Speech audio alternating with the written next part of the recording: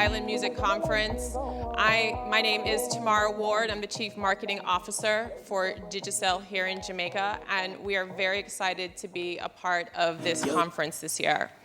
It is so important for brands to support music, to support culture, and we are also made in Jamaica, so we find that when these type of conferences are coming together, we need to be a part of it, we need to support it, we need to support our artists, we need to support our culture. And most importantly, what we'll always be doing is keeping you connected to music, and keeping you connected to the latest, the greatest, that you can get to online, and even connecting through your friends. Those experiences that can only happen because of you and you being connected. So Judith would have told you that today you're also here to learn. And so I have my notes here. I'm gonna take you guys through a little bit of the evolution of how we got here to have streaming platforms. So let's go ahead and switch it up. The evolution of music. So the ability for us to listen to recorded music is just under 150 years old. Thanks to digital advancement, the way we consume music has become more convenient as well as enjoyable. Music is available and has shaped our culture, our identity, and it has given us the ability to share spirit, to share talent, and have talent share without limits. It has shaped culture globally and is passed down from generation to generation, and it also inspires creativity as well as entertains. Now, how is music delivered? Well, let's take a look. Starting in the 1800s, the phonophone, the phonograph, hear me, the phonograph. Most of us would have never seen this, probably in just some old British movies when they're all dressed up and they're getting excited and they're spinning the wheel and the record is playing, and way, way, way back when. In 1948, we would have had the record. I think a lot of us can recognize that. And the truth is, this now gave artists the ability to actually have an album. So then let's skip forward.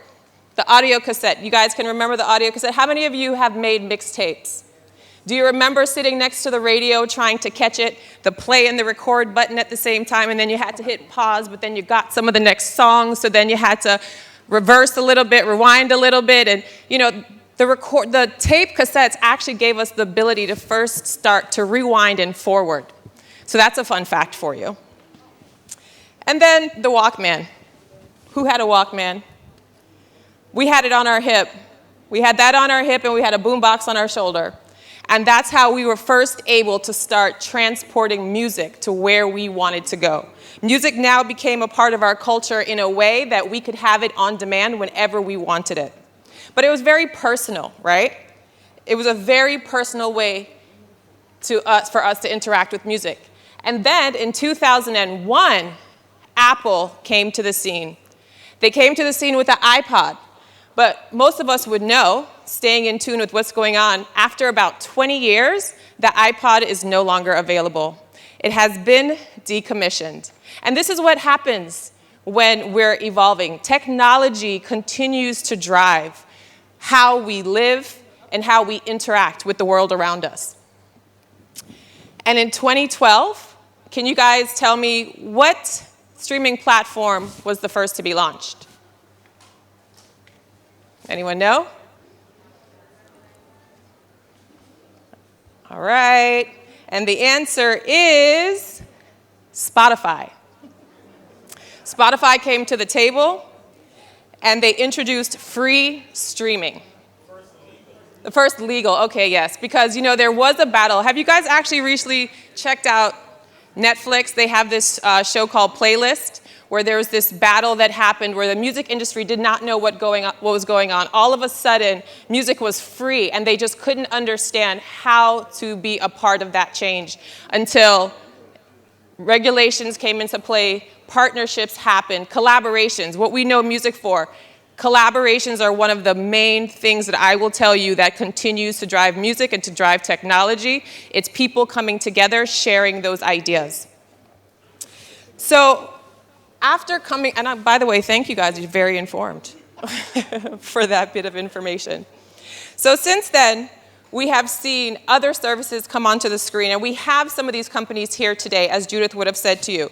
We have YouTube, we have AudioMac, we have Pandora, and they are going to be here on our panel, and I'm going to just go ahead and get started so we can start to talk to you about, what it is in terms of leveraging these platforms to move ahead with your career, or even just from an entertainment point of view as a consumer.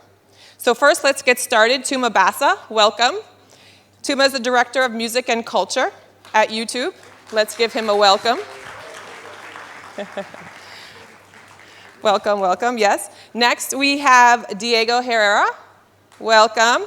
He's the music curator of music and programming and in terms of reggae, Caribbean, and world are his genres. And we also have Tanya Lawson. She is the director of Afrobeats and Caribbean at AudioMac. Come on down. All right, so today, welcome. Is everybody's mic on? Mic check? Check, check. Morning. Good morning. No, we're not hearing you, Tuma.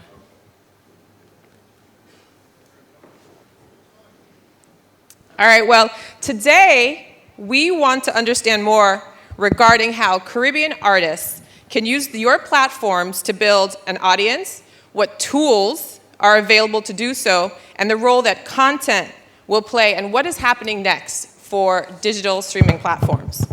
So there's four key factors when we talk about DSP that are important to both fans and artists: listener experience, audio quality, costs, and music payouts. I'm going to throw this over first to you, Tuma. Talk to me a little about the listener experience and audio quality. What is YouTube's approach to this? Well, YouTube is audio-visual, so you have your choice on what kind of quality you want. If you want to experience it at the 240 or 480 or 720 or 1080 HD. And a big part of that is accessibility, right? Because in some countries, because YouTube is global, it's like all over the world. So in some countries, data is very expensive, and a lot of people listen to the music on their phone. So the reason they let you change that is if I don't have a lot of money, I can listen to a song at 240 at a lower resolution so that I'm not getting charged a lot of money. So something for everybody. Yeah, exactly. So, and that's a big part of YouTube's strategy, is that at least it's has a certain kind of accessibility, right? If you want to use the free version, you can. If you want to use a premium version, you can.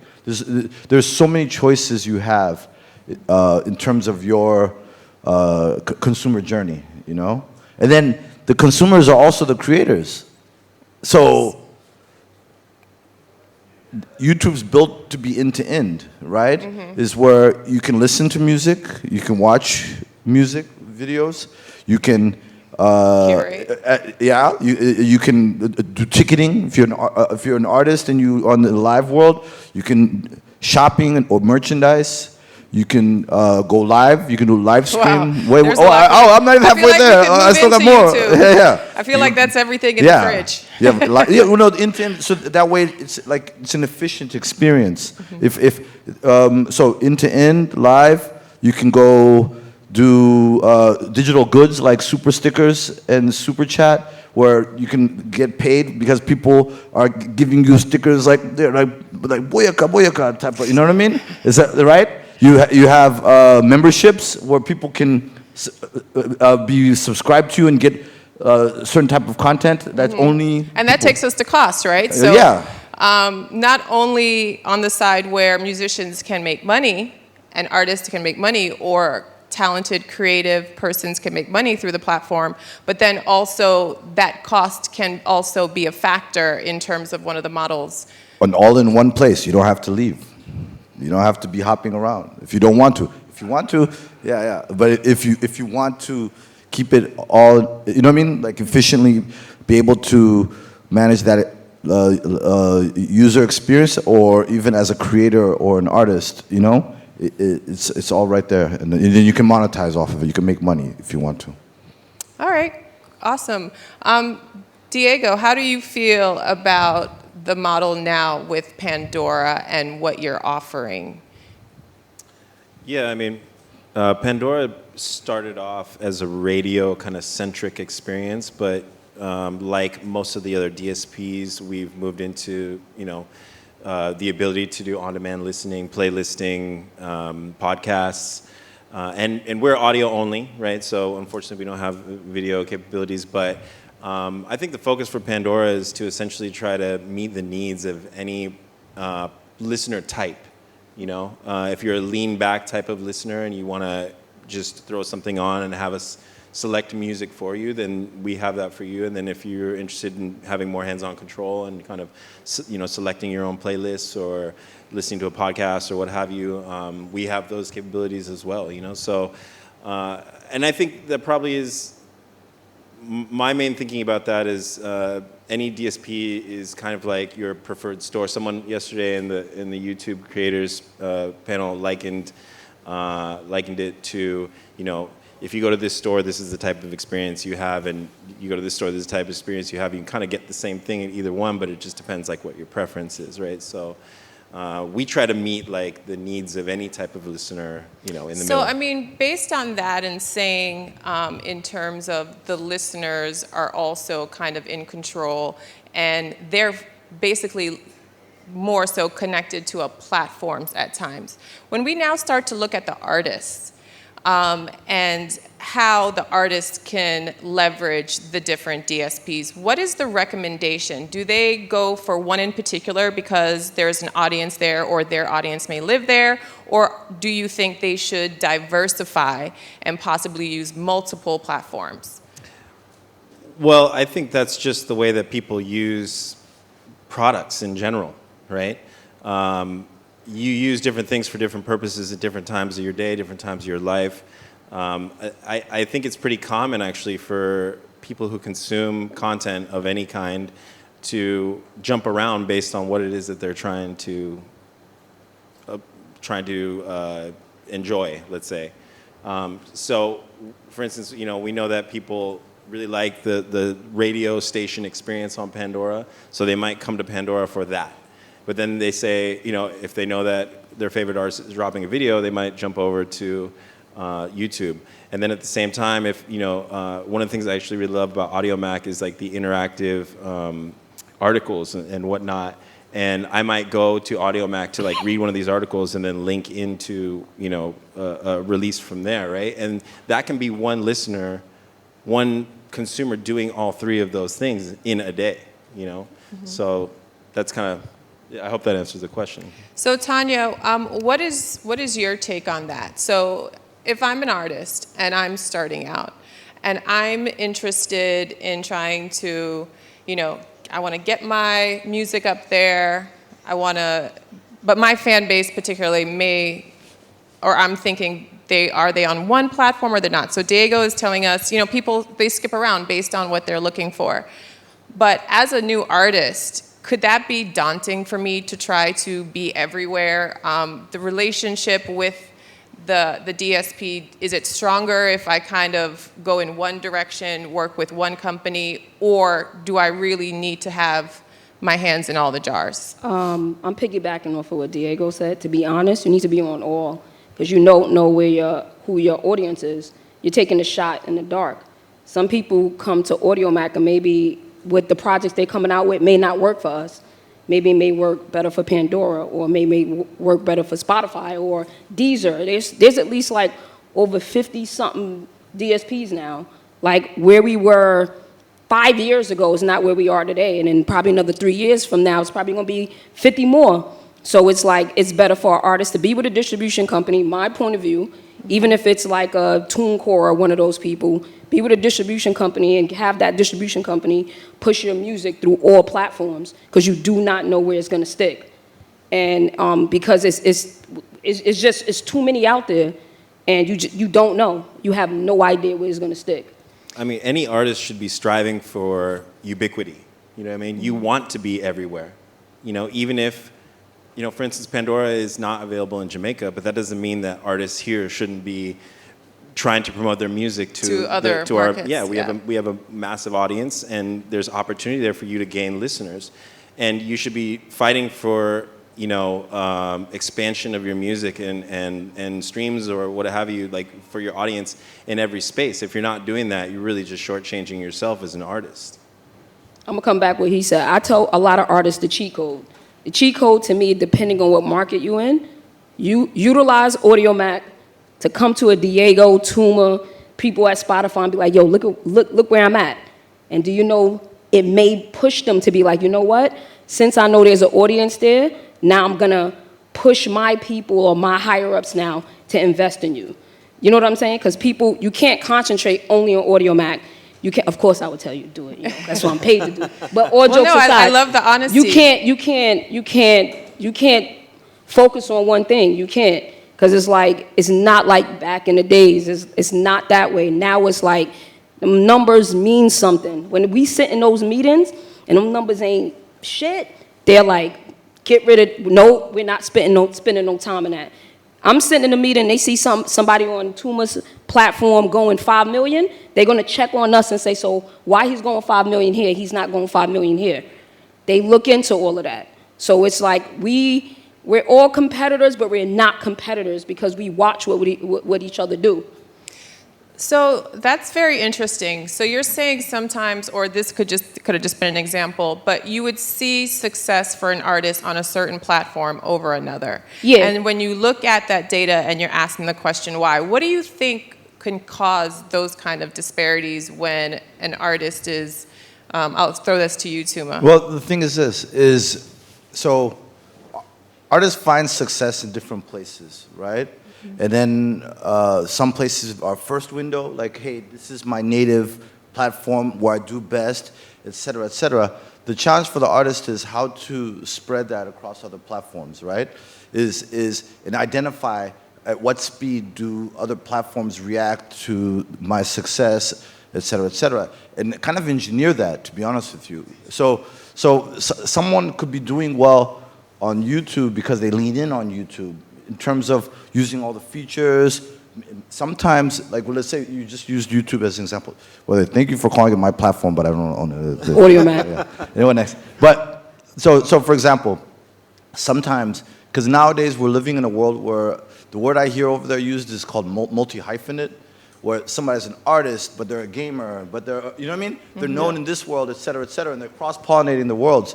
So they may be getting traction from other activities. Maybe it's vlogging or podcasting, et cetera, and that kind of bursts. Or they're going viral on another platform. Let's say they're going viral on TikTok.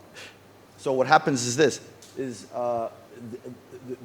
there's diffusion that happens. You know what I mean? It's like the spread. Et cetera, et cetera. The cross-pollination? Yeah, exactly. It's yeah. the viral effect of it, right? The echoes of what you're doing in one place will reach another place. But the challenge for the artist is, how do you manage that? How do you maintain that? How do you sustain that?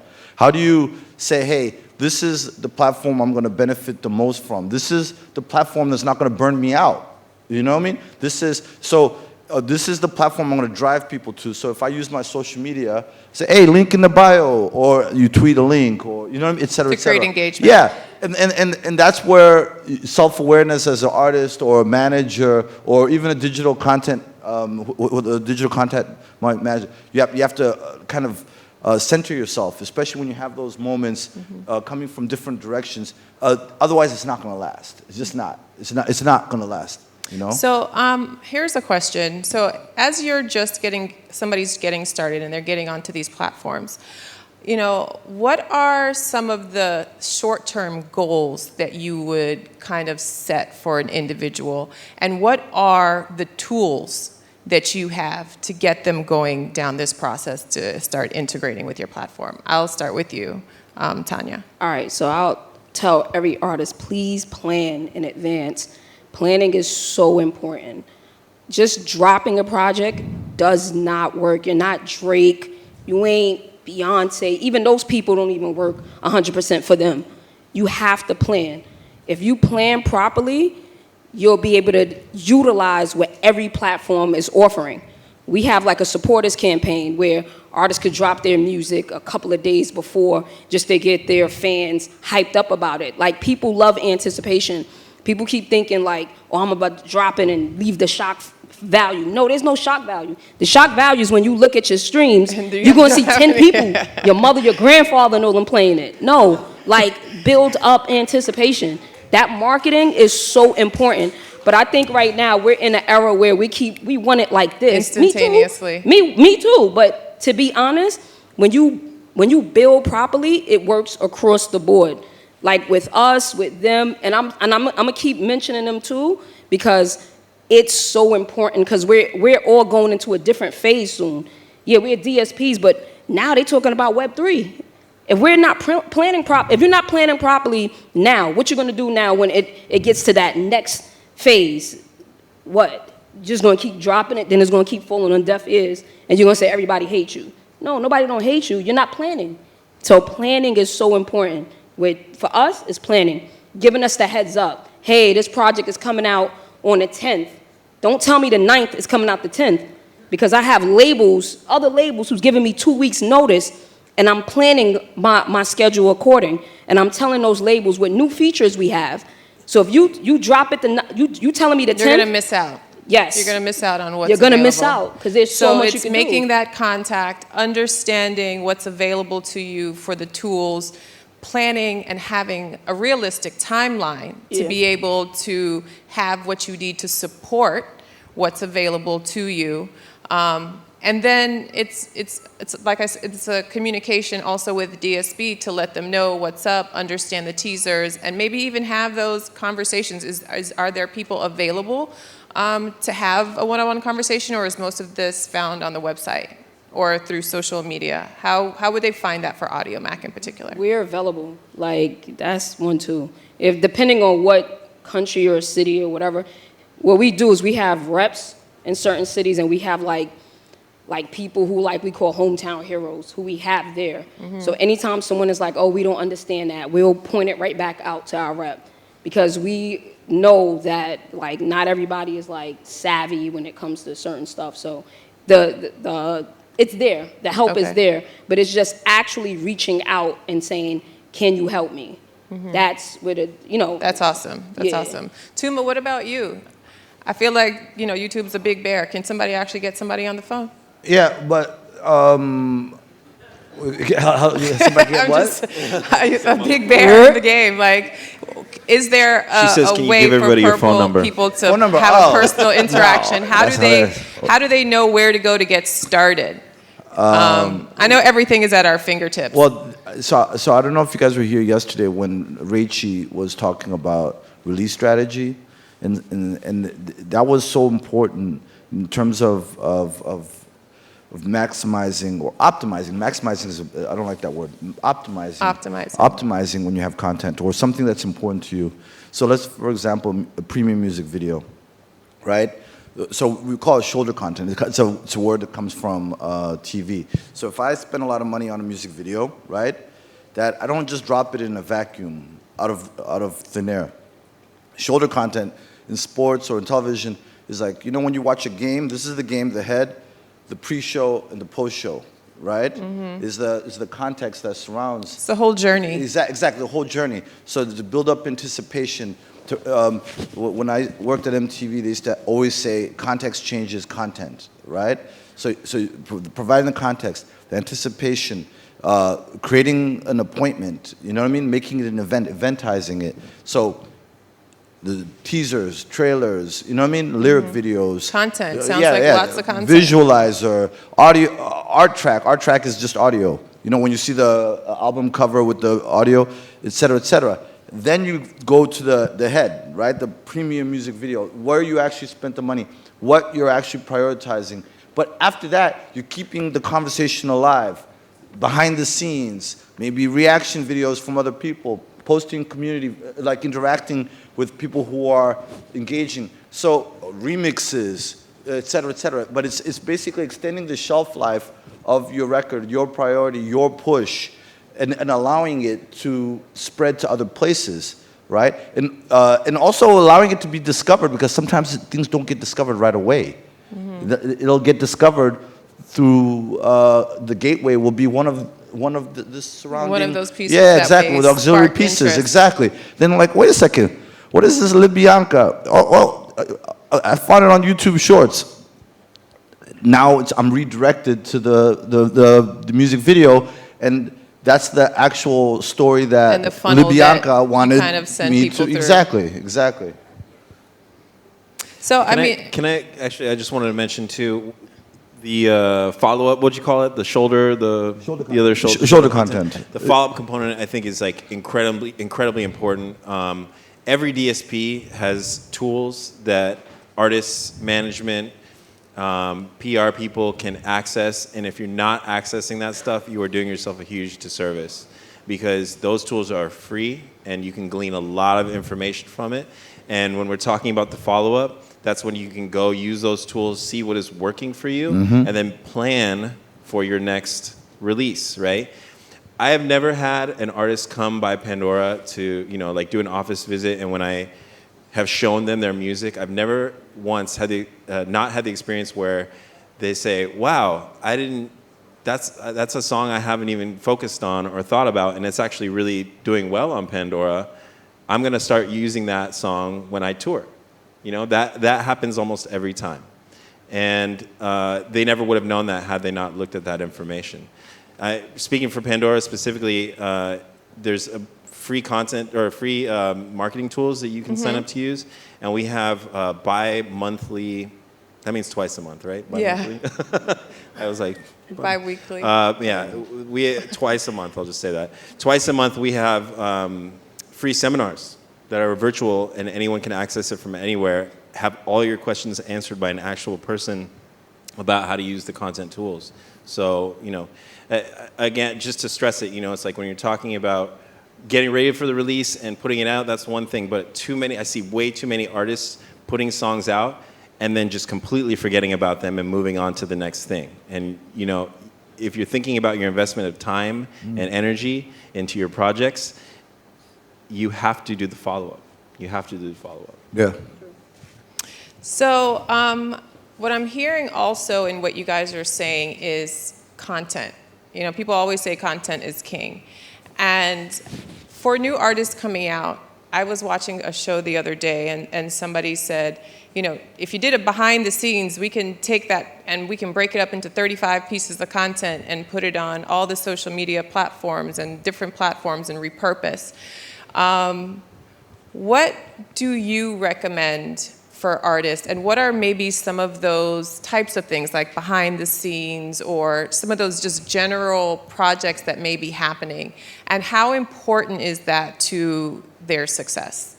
Okay, can I answer that? Because the reason I want to answer that is because of a podcast. So the head of music at YouTube, his name is Leo Cohen. He used to be the CEO of Def Jam. He was the CEO of Warner Music, CEO of 300. And he's a head of music. That's pretty much our boss at YouTube. And he just went on a podcast. You go to musicbusinessworldwide.com, listen to this podcast.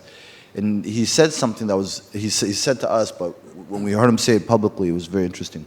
So everything you just said is 100% true, all these things. But, and this is before I get to what he said, is I want to encourage people to get teams, right? Get somebody who specializes in documenting, in editing, uploading, et cetera, et cetera. You work with closely, right? But the reason why is in this podcast, he talked about burnout, artist burnout. It's like he's so tired of seeing artists that he's in the past groomed, and they had the ability to be brilliant when they were brilliant, but now they always had to be on. You always had to be uploading this and making content and engaging, etc. And he was like, no. It's like, I don't care. You got to listen to the podcast. It's musicbusinessworldwide.com. He's basically, it's like, no. He was like, we have to figure out a way that artists don't have to always be on. right? That they can go and retreat and be an artist and make brilliant quality music rather than feeling like they have to play catch up with some kind of engagement algorithm, et cetera, right? So the reason I'm saying that is everything you said is true. To be competitive in this day and age where there's so much content out there, you do have to like break up and figure it out, et cetera.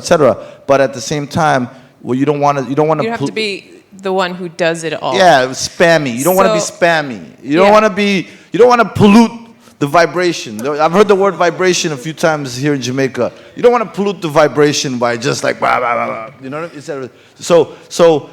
I think it's important, though. I think it's really important that you know what's required. Yeah. I think it's important that you understand the different roles of somebody that you need on your team.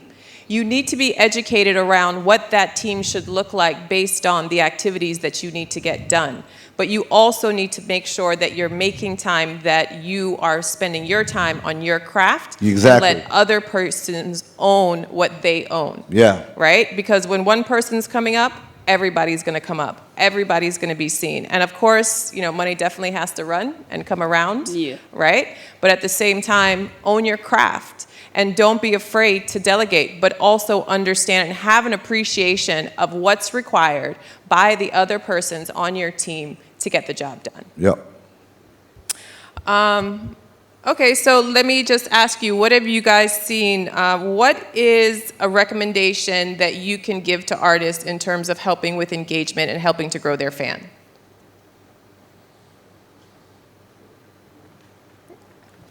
Stumped. I'm gonna go first. Yeah, because Dun-dun-dun. you know what? For me, this is just me. Go with your gut. And what have you seen? Like, maybe give us an example of... Like, meaning, like, all right, so right now, La Russell is an artist from out of Cali. I've been watching him what he's been doing. And for me, he's an example. La Russell? La Russell. Okay. He goes with his gut, meaning he's not doing what everybody else is doing. When you go with your gut, you never steer yourself wrong. The problem with artists is that they look at artist A and B and see he's working, and then they turn around and try to do the same thing. It may not work. What worked for him may not work for you. Mm-hmm. And people are scared to take that risk. A lot of people now are not taking risks. They're not gambling. You got to gamble. If you want to win hard, you got to gamble hard.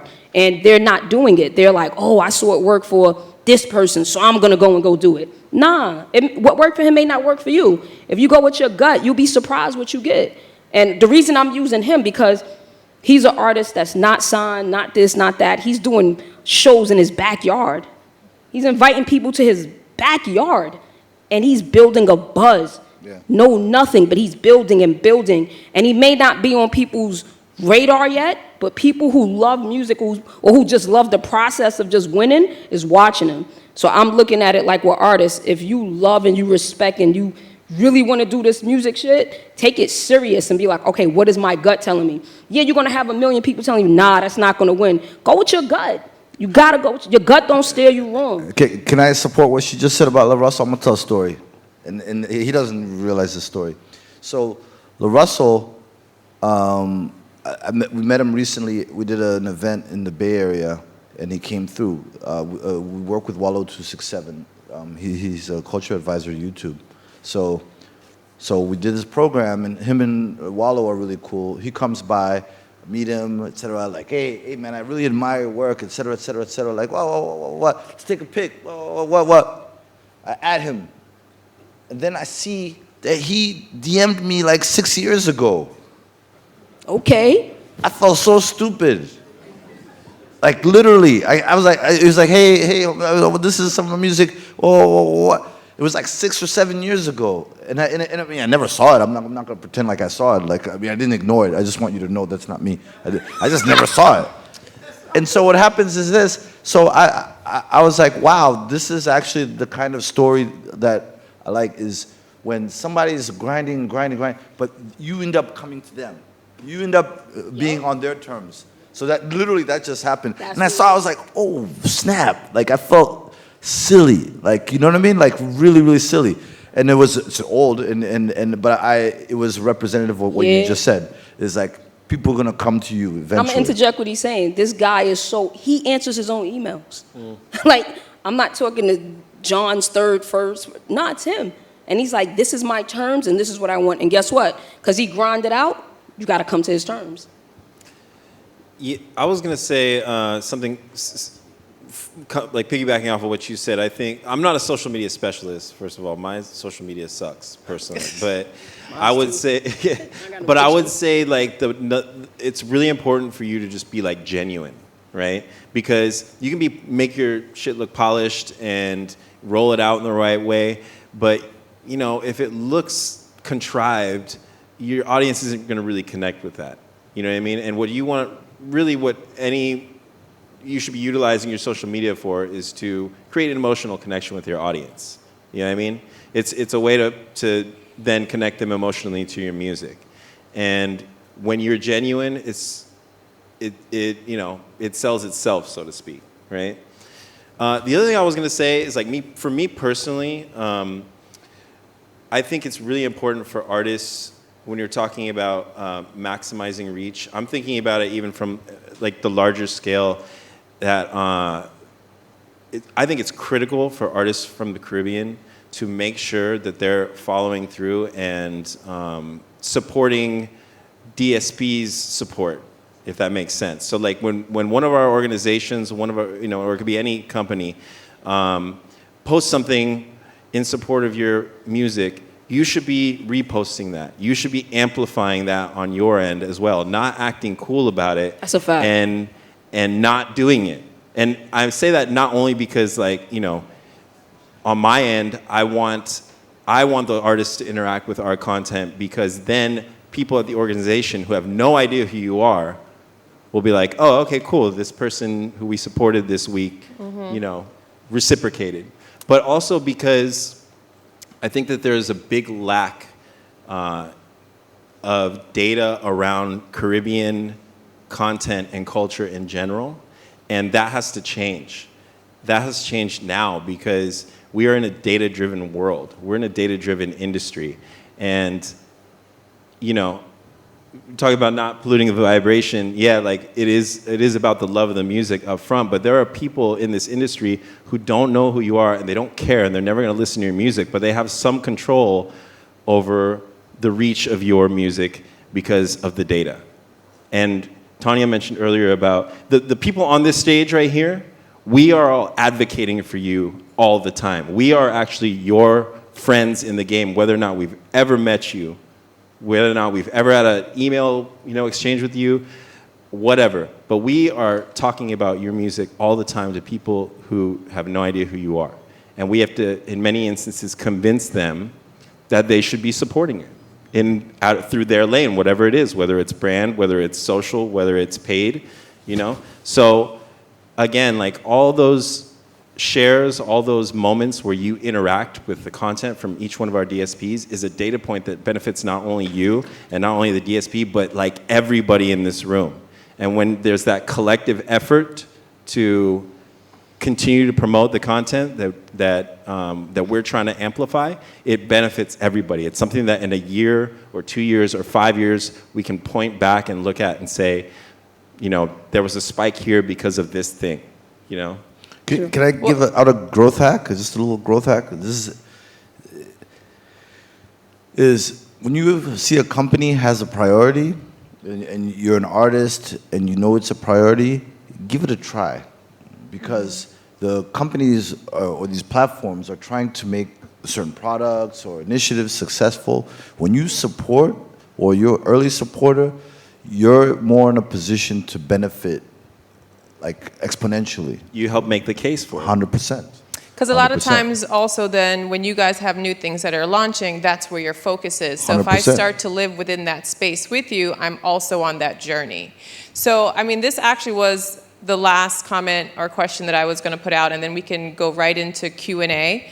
And it was really about collaboration.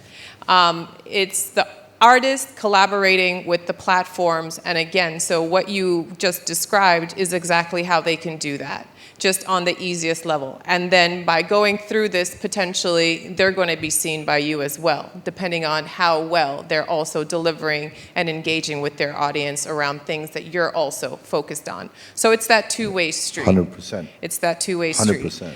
All right, so now let's throw it out to the audience. Welcome questions.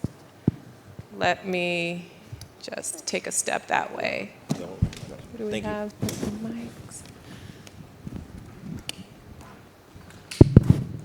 Let me start. Okay.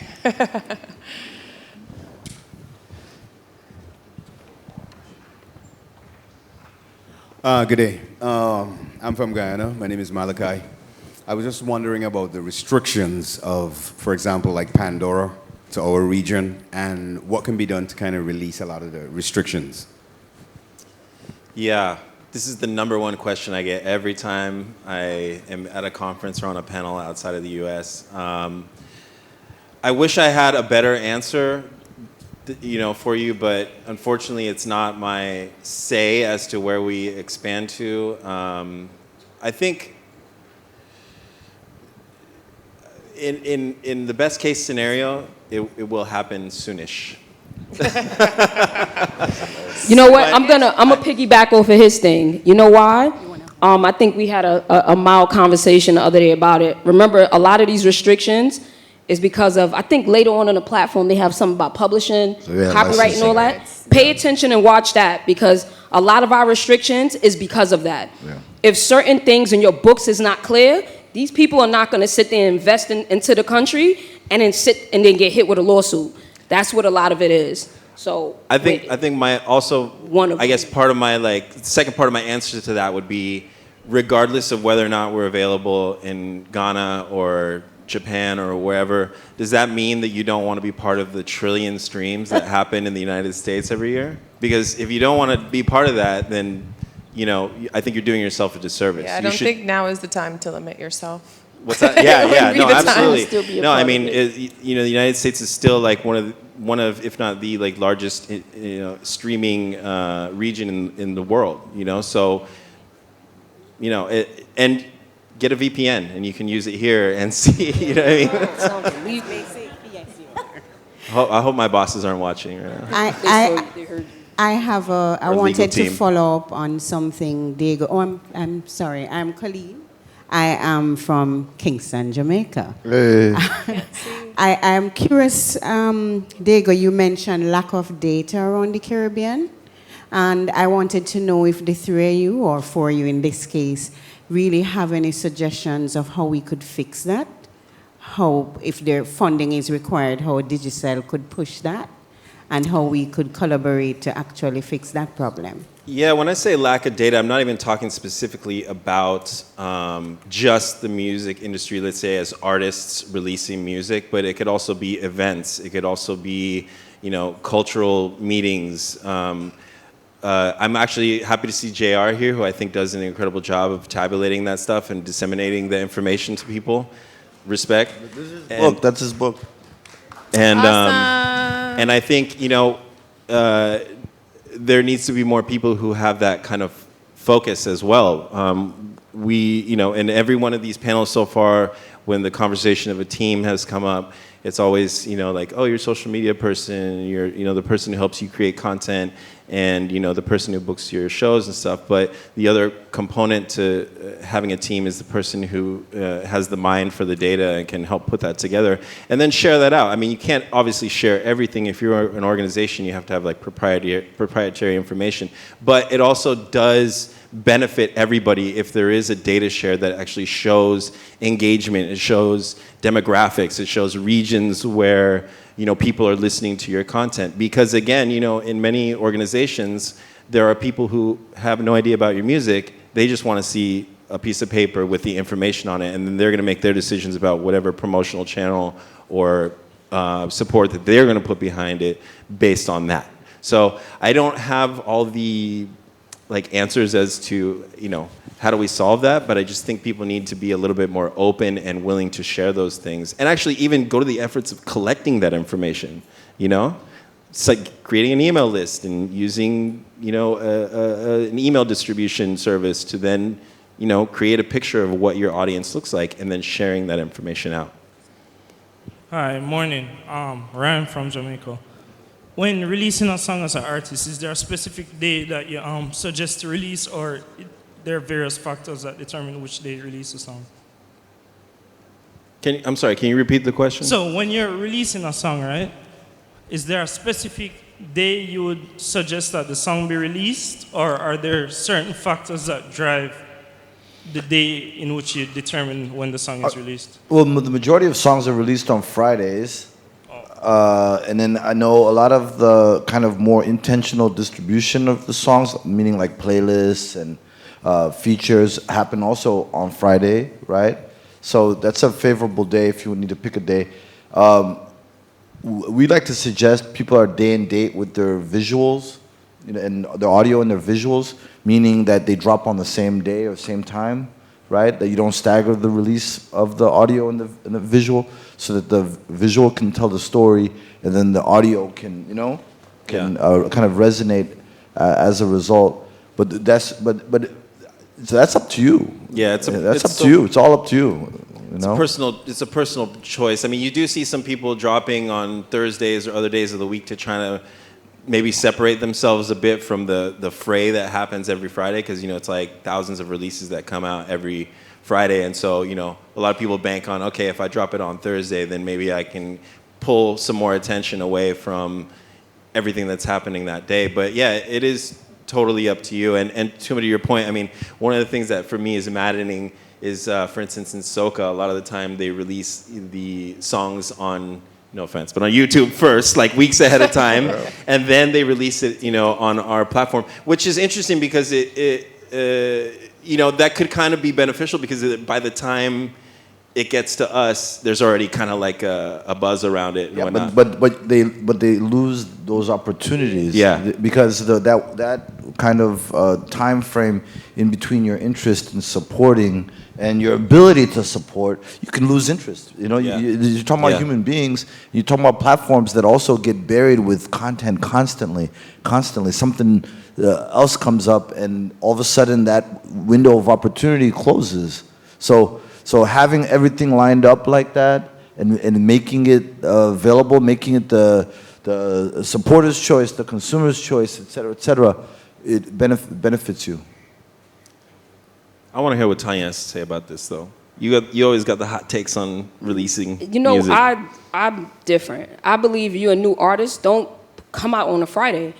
Because if you come out on a Friday, I'm getting like 50 artists who's coming out, and I'm not trying to play you. I'm going to look past you because I'm not familiar with the name. But if you coming out Monday, Tuesday, I'm looking for new music. So I'm going to trend you. I'm going to put you out there. For me, artists have a better shot when you're brand new Monday, Tuesday. For me, Monday and Tuesday. Because it's the beginning of the week.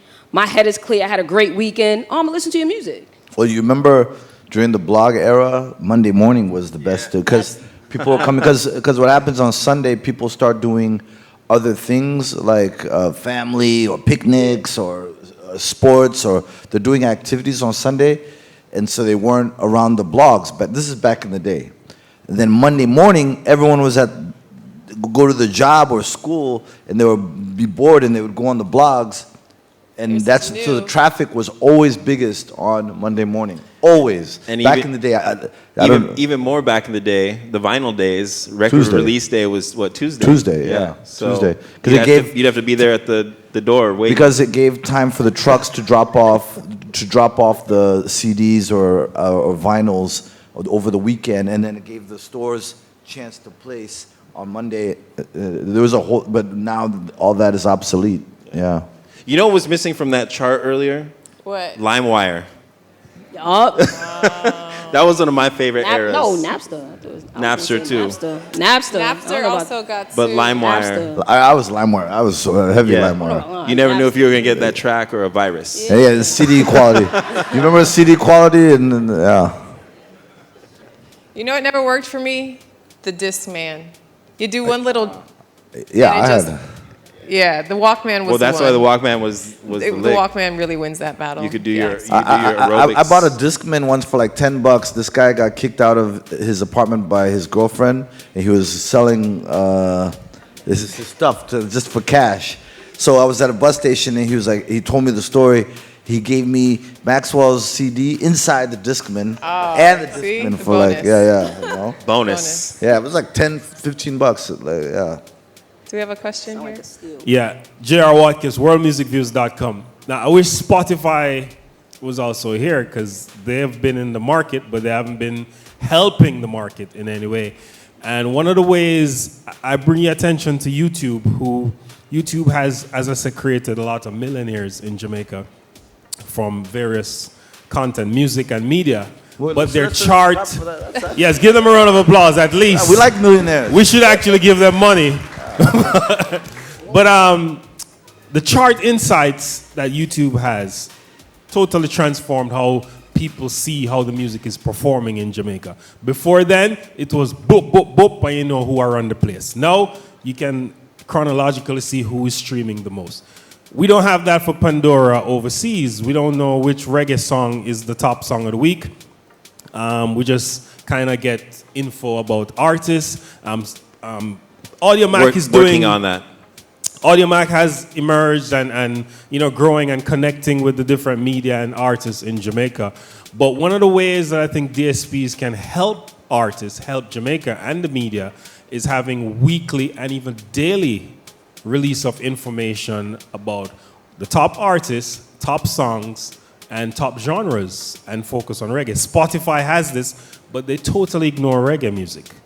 So that's something that I think, and YouTube is doing all of this, by the way. That information is available through Pandora, and you can get emailed that every week if you're an artist and you claim your artist profile. You can also get notifications, automatic notifications of when your music has been added on editorial playlists and stations.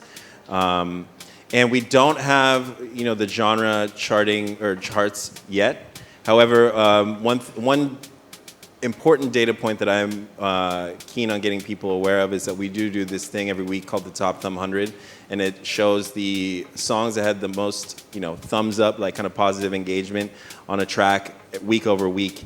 And guaranteed every week there's reggae songs on that chart. And it goes across all genres. So, of course you have like the huge artists like the Miley Cyruses and what have you that are going to be at the top of the chart. But for instance, this last week, Collie Buddz released a song and he came in at 37 overall across all genres, right? So I think your point taken, but again, it's my urge to anyone who's here, involved with an artist to take the time and claim your AMP. That's the name of our artist marketing platform, but your AMP platform, and come find me after it's done, and I can help point you in the right direction. I'm piggybacking with what he says. When you go into the app, there's a section that tells you top songs trending in the area. You can see it on your own. So it's just some of it is just like knowing the features that's on the app. So when we blast out that type of stuff, it's because now we're trying to like engage with the other islands. So we're trying to let the other islands kind of like give them a little nudge, like, yo, you in Trinidad, but the number one artist is from Jamaica, or you're in Grenada, the number one artist. Sometimes it's just it's a nudge, but if you're in that area, there's a feature on the app. It tells you all the top songs trending in your area. But it's just, you gotta like, it's mad features on the app, but if you look through the app, we're not as, transparent and stuff like that as YouTube, but if you go into the app, it tells you top songs trending in your area. Raka Robinson, Public Broadcasting Corporation of Jamaica. Right here. Bro, okay. Oh, okay. So earlier you mentioned it's important to delegate, which is quite true. But as many Jamaicans starting out as artists, it's quite hard to gather a team. You're just getting funds. You just have enough to buy a proper mic and rent a studio once a week. What advice would you give to those who are manning everything, social media, all platforms? How could they properly do everything without running into burnout? Well, first, give yourself some grace, right? You really do, I think, to the points that I'm going to throw it over to them pretty quickly here, but it's about also pacing yourself and setting realistic expectations. So once you do have that requisite information that you're looking at and you're casting your net, it's a matter of working backwards and really understanding what are the most important to you. You know, what are the most critical steps, and really having realistic timeline planning, like what she talked about, because you really can't do everything. And if you're going to do something very well, being in a situation where you're mentally exhausted, your best work is definitely not going to come out. I mean, the number one thing for me is just making sure that your music is as good as it can possibly be. You heard Lila Ike here yesterday on the panel talking. She's an artist who's already established, and she's talking about being inspired by someone else to then go home and learn an instrument and get to a point where she can play it at, you know, a competent level. You know what I mean? Investing in your music is going to be the number one thing, because, I mean, we're listening through hundreds of releases a week, and not casting judgment, but you know when you hear a good song, you know when an artist has put in effort into making that song the best that it can possibly be.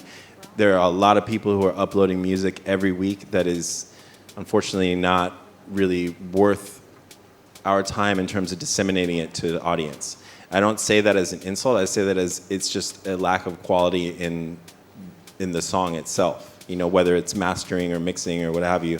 So I think making sure that your music is as best as you can make it is the number one most important thing. Everything else follows that, right? And of course, promotion is important. Utilizing, you know, the various channels and, you know, these tools, all that stuff can be very daunting for one person who's an independent starting off by themselves, you know. But if you have a good product, that's the most important thing. And I hate to refer to music as a product. But That's a it is. yucky way. Yeah, but if you're releasing it, That is, it's a if you're an product. artist, Yeah. that's your Yeah, product. you can make music and not release it. That's art. Once you release it, it's a product. Yeah. Can I? Because I don't want anyone to misinterpret what I was saying earlier about Lior's podcast as saying not do it yourself, right? You want to, especially in the beginning, you want to be hands-on. You want to master and understand what quality services look like, right? But a few things. Partner selection. In business, when people are like founders or entrepreneurs, co-founders, usually it's somebody who has skills or attributes that you don't, right? Who don't mind or who enjoy doing things that you don't. So as you're building your team, build it organically based upon, like what Diego was saying, the immediate needs or the priorities, et cetera, but do it organically, meaning when you need to, right? When you get to a place where it's getting too much, you need somebody to do the videography, the editing. In the beginning, learn it yourself so you understand what a good videographer is, or what a good editor is, or what a good graphics person. Do whatever you can yourself. And right now, we're entering kind of a DIY era where you have all these aggregators like CD Baby and what are the other ones? TuneCore, Yeah. et cetera, right? That kind of give you that time to develop. So you're not leapfrogging or skipping those early fundamental stages that give you that foundation, right? So the partner selection part, finding people who are also in your stage. One of the things that I like to tell young people especially is like when you're coming up, you want to your peers. Yesterday somebody said, I think it was Adam who said, the most important people you network with are the people sitting next to you right now. You know what I mean? So your peers, that your mentors or sponsors or just the other people people who inspire you, study them, right? Reach out to them. Whatever other artist that you want to be like, learn their growth, because now there's so many interviews now, there's so many podcasts, and you can find out all the details of how Rihanna became Rihanna. You know what I mean? Like it's all on the internet, et cetera, et cetera. So what happens is just let it be organic, just as you scale, and then with those needs, and also people who are I skipped a part. Those people who are your peers, as they're coming up, let them come up with you. Like what Tamara said earlier, is like, is you build a team. I love watching how LeBron came up, and you see those old videos of Maverick Carter, or what's the other guy's name? Chris Chris Paul. Is it Chris Paul? No, Rich Paul. Yeah, Adele's boyfriend.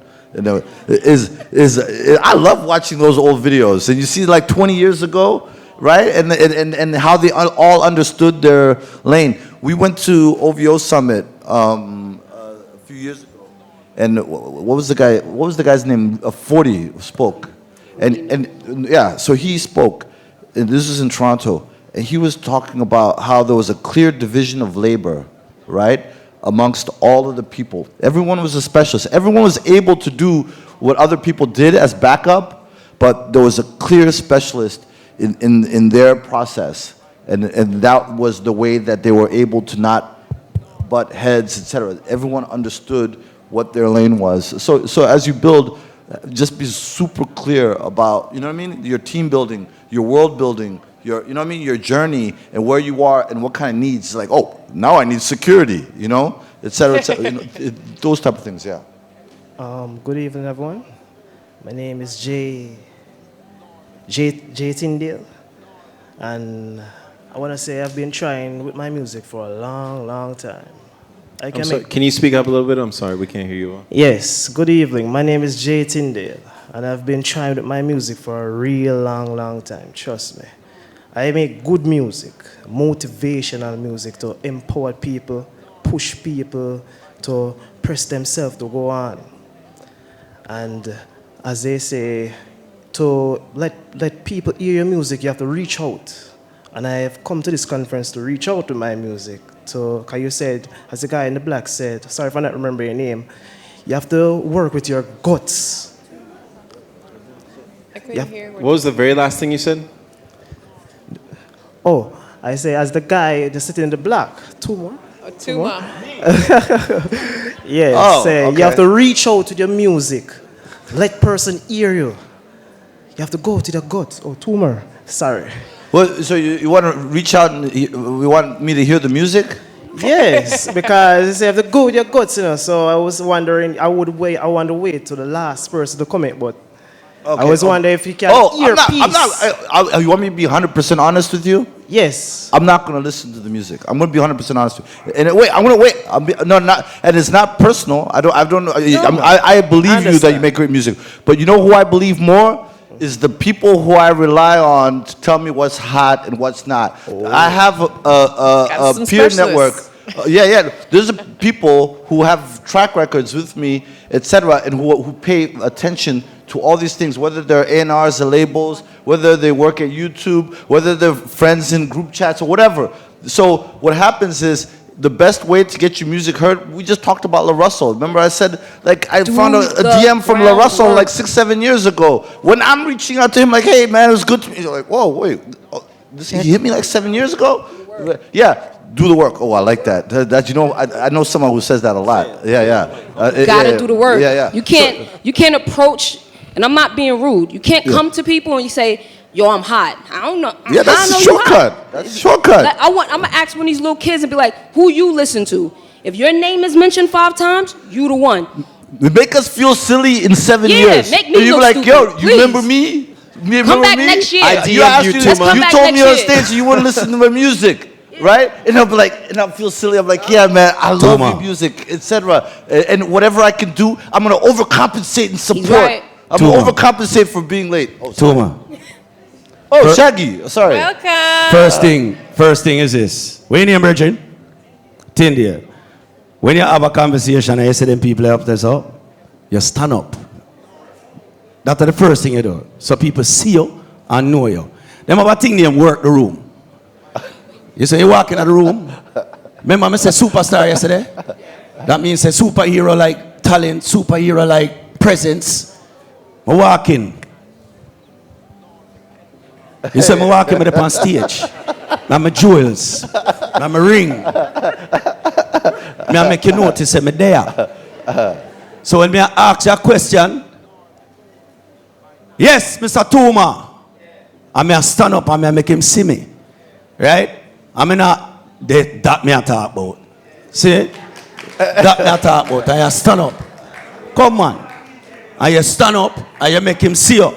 See? And from you come in and sell your music today, me now wear all black. The first thing that me I do. Me not hide from people, me not artist, and me not put my hat over my head, so. See? Yeah, I bet myself, you know, and I make them come in, and I walk it, and I see, and when I'm done, as soon as the conference done, if I him a deal with me, I go straight to him. And I say, yo, you see me, bam, bam, bam. And you're going to make him want to hear your music. You won't even have to sell it.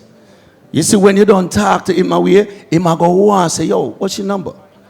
That's called working the room. Everybody here has got to know to work a room. When we go to a radio station, they say iHeart or YouTube. Once I go in there and they say, I'm going to meet Tuma Bassa. Say, where's Tuma from? I go Google him. Oh, he's African. Blah, blah, blah. Yeah. And I go talk about everything when me can know about Africa to him because that's his interest, even if I've never been there. If we go over this and them said I want to play golf, we might not play golf. But me I go Google something about golf and say, have you ever been to Jamaica? You know they got a golf course over here. You know what I mean? You can holler at me, man, and I'm going to make sure that I get the right person to holler at you and such and such. You know he ain't going to call you back about no fucking golf. But we just had a conversation. We just made a connection. That's called work in the room, right? You have to continue to do that all the way, my general. All right, like I said, we can work the room then. You want me to prove my worth by the DJ in the yellow cap giving me something to rap and prove my worth by the first line of my lyrics? What happened? You never set it up. You never set it up. Oh. Yellow cap. Yellow cap. Mr. DJ. My God. Selector. You have him truck? We don't have time. Give him a beat. But bro, give him the beat. Give him the beat. See? I know Tuma got hear your tune now. See? Well, you know what, Shaggy, but you prove what I was saying. I trust your taste. I trust your judgment. Exactly. I trust your thing. Right? No. Yeah, but what he did, he just took control of the platform. Yeah. He took control of the platform. He got up out of the chair, came back down here, and took control of the platform. We just showed him what he was doing wrong. He got up and said, hey, yo, you know what? I got that. I'm taking care of this platform, and you've earned a platform. What am I supposed to do?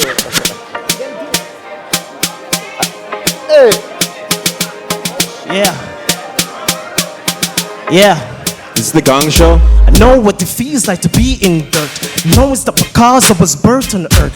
Days in the past show me a lot of real things that they have to verse. Mama always told me to use for the nurse, but it haven't always been the way. A lot of time in the past had it show a green just because the way people stay. That's why every day as I get up I'll pray. Cause I drove a God, none of my lyrics fake. He paid the way, there is no way. Got a delay, tip it focus straight to the race. Like the 8th turn up at 808. Let those words dissipate.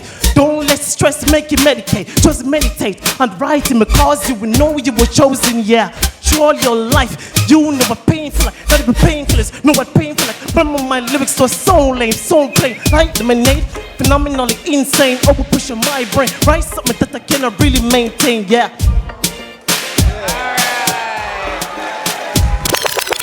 All right. Thank you. What's the artist's name? What's the artist's name? Tell me your name. I don't really have a name right now, but you can just call me. No name? Go back. Brother, listen to everything what me just said. You just fuck it up. Taken care of first. No, come on. I want your YouTube channel. But you can just call me, simple call me Jonathan. Jonah, Jonatyn, Tin. Jonathan. All right. Thank you, Jonah. Give him a round of applause. Cause you're there. Well, hear me a set here. Hold on now. The very conversation that we're having is what he just proved to us. You have to be ready. Yeah. You have to have everything in line. See, no, you come here and you earn it and you get it, but you have a whole heap of work for go do. And before you start present yourself, you have to do self-work. You have to basically do a thing when you master your craft. And you have to master your craft. Not just your craft, but you never see a documentary Michael Jackson in front of him in mirror and I do something. First time me meet Michael Jackson, me sit down backstage. Them call me, I'm go down. And when I sit down, meet him for the first time, I couldn't get a word in. Because the man asked me about everything about my album. He says, oh, wasn't me. Where did you write that? And I say, yeah. Oh my God, I just love that song. That's all. It's on YouTube. And say, watch a YouTube thing with me and Michael Jackson. You see him, you see him, the performance. And the man say, oh, it's my favorite song. The man say, that song, Keeping It Real, was so touching. Who was the producer for that? Throughout the conversation, I couldn't ask him nothing because he was so busy trying to ask me about everything about me. That's a guy that's been studying me because I was the top guy at that time, and he was studying what was a competition in his mind. You have to do that. Your highest, toppest man where you see in this other man that you're supposed to be big as. And other man that you're supposed to aim for. See? So just go and do your thing, go your thing, and you what? Make sure, say, give him a round of applause for that. Thank you. Sorry for interrupting your thing. Hey, my man. All right, we have one last question, and then One what last we'll have question. to ask is that you all have the opportunity to engage with our Find your panelists name. after. DJ No Name. Let's give a shout out to DJ. The song has no name either.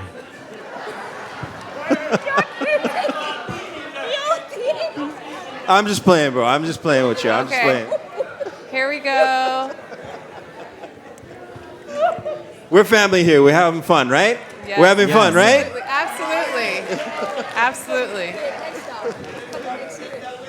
Next year we're gonna have a gong back here, like the Gong Show, and we'll bring people up. Boom.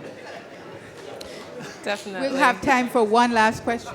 Go ahead. Yeah, man. Hi, my name is Boomdraw. I'm a producer. The question I had was kind of related to previous points that were raised about making your release sync across platforms and stuff, but I also wanted to find out from you guys' perspective as you've been working how TikTok factors into that, because I know that in the Jamaican market specifically, a lot of big songs started out as a pre-release on TikTok. So what is that kind of relationship between the platforms and TikTok right now? Because it's kind of related but off to the side. So can I answer? And how can artists best take advantage of that? So TikTok's is our direct competition, so I can't speak on TikTok, right? But what I can speak on, and for those who were here yesterday, is YouTube Shorts, right? No. This is as serious as whatever the metaphor is. Yeah. It's a hard, is the way that we're building YouTube Shorts is so that it redirects. So YouTube Shorts, think of it as this is an analogy that was used at the office, is think of YouTube Shorts as like an hors d'oeuvre or appetizer, right? That leads to the medium length content, like your videos, or your music, or long form, if you do long form content, right? So it's basically, it's a starter, it's a you know what I mean? It's a setup, right? What happens also sometimes, I'm not naming names, is you have a snack type of content, right? It's a sugar high, and then it crashes, but it's dead end. Do you see what I'm saying? So, right? So you don't want that dead end kind of trajectory. You don't want that spike, et cetera, et cetera. You want to convert it to something else. So that's why we built YouTube Shorts, is so that it leads to other things that the benefit can compound, et cetera. Pardon? Did you hear what I just said? Yeah. Oh, okay. But keep the mic. But you catch what I'm saying, though. Yeah. You catch the drift. So I can only speak on our short form product, which is on the platform, is leveraging that, et cetera, et cetera. You know, and personally, like I said earlier, is call to action. You take the link and you go to your social media platforms. You ask your friends to retweet or repost or swipe up in my Insta story, or et cetera, et cetera. Is you take that link becomes almost like a currency, almost, Yeah, I mean, TikTok's a data. It's a signal, right? Like many things that artists can do, it's a signal. It can, and DSPs, I think, are paying attention to the activity that happens on TikTok. You're even seeing artists now upload fast versions of their song either as part of a single release or as a follow-up release, sometimes based on how it is then going viral on certain platforms, right? So, I think I'm interested in your question though, because it kind of seems like maybe you're talking about two different things, like syncing up when you release something and then the virality of a song on TikTok. Oh, no. Those are kind of two different things, right? No, I was not necessarily syncing it up, but meaning like in terms of the place of short form video in the release process. Or for example. Well, look, yeah. Our social media is quick content, and a lot of people like snacking on. That's exactly why stories or Snapchats or now YouTube Shorts, like those things exist. Huh? Hors d'oeuvre. Oh, my bad. But and even from the perspective of like when we look at YouTube as a brand, when we're doing different promotions and products and we have videos, we find that you need to get your message in the first 6 seconds. So we know that people like snackable, bite-sized pieces of content. That's really what ends up resonating. You don't get that much time to get a reaction. So definitely when looking at the different platforms, also ensure that whatever you're going to want to get out and be really digested by that consumer of your content, lead with the best. Keep it short, keep it sweet. And different platforms will have different formats that work best. So always just be knowledgeable. If I'm on YouTube or, we know people watch really pretty much 6 seconds or they're going to start skipping, understand the different platforms and what works there, and then make sure that you're creating content to fit those platforms. Tama, can I say something? This is a personal point of view. This is not YouTube. This is me talking, right? I actually think that our brains are changing. The way that cars may have changed our muscles or ability to walk long distances or run long distances, etc. I literally think so. Attention spans are getting shorter. Mm-hmm. It's harder because there's so many choices in the attention economy. It's harder to get people's attention in the first 8 seconds. That's why you have such a short window. Back in the day when people had a lot more time and etc., it was easier, where there were less options. It was like, oh, I'm going to turn the TV on where there's 3 channels, or the radio, or... So I think, actually, this is personal. This is not scientific. This is just based on everyday cultural observation. I actually think our brains are adjusting. 2 or 3 seconds. Yeah, 2 or 3 seconds, yeah. 3 seconds, that we're not our grandparents' generation in terms of our brain power. We're not even finishing books as fast as we used to. I'm gonna be honest with you. I don't think I go past a song of 1 minute and 15 seconds. I would say, and this is sad to say, after 1 minute and 15 seconds, and that's even long, if you don't get to that point, don't tell me, oh, it was a 2 minute in. 3 minute songs, 3 minute and 45 second songs to me is too long to hear it. Visuals is worse. So you gotta catch it. And then when music is being mixed too, right? Like you get to a party and the DJ's just dropping records and it's like you're getting 20, 30 seconds before it goes on. So I think definitely, a lot of great information today, guys. We're gonna, wrap up. I just wanna thank you all for coming. It means so much, for you guys to be here, to share your insights, and really just take us to a next level, because that's what we're doing here. We're building a community, and you're always going to be welcome back. You guys stay tuned. There's other panels coming up today. Can I just say one quick thing before we wrap? All right, you have the last word. No, I'm sorry, and I just want to say one thing. I need everybody in this room to realize, as creators and contributors to the music industry, that you are having an impact on millions of people's lives every day, and that's something that you all should give yourselves a hand of applause for, because you are helping people through hard times, you're inspiring them to do amazing things, and I think we forget, amidst all this conversation of tools and data and social media, blah, blah, blah, that the music is really important. So I just wanted to salute all of you, and thanks for letting me sneak that in there. Absolutely, like I said, that's a wrap.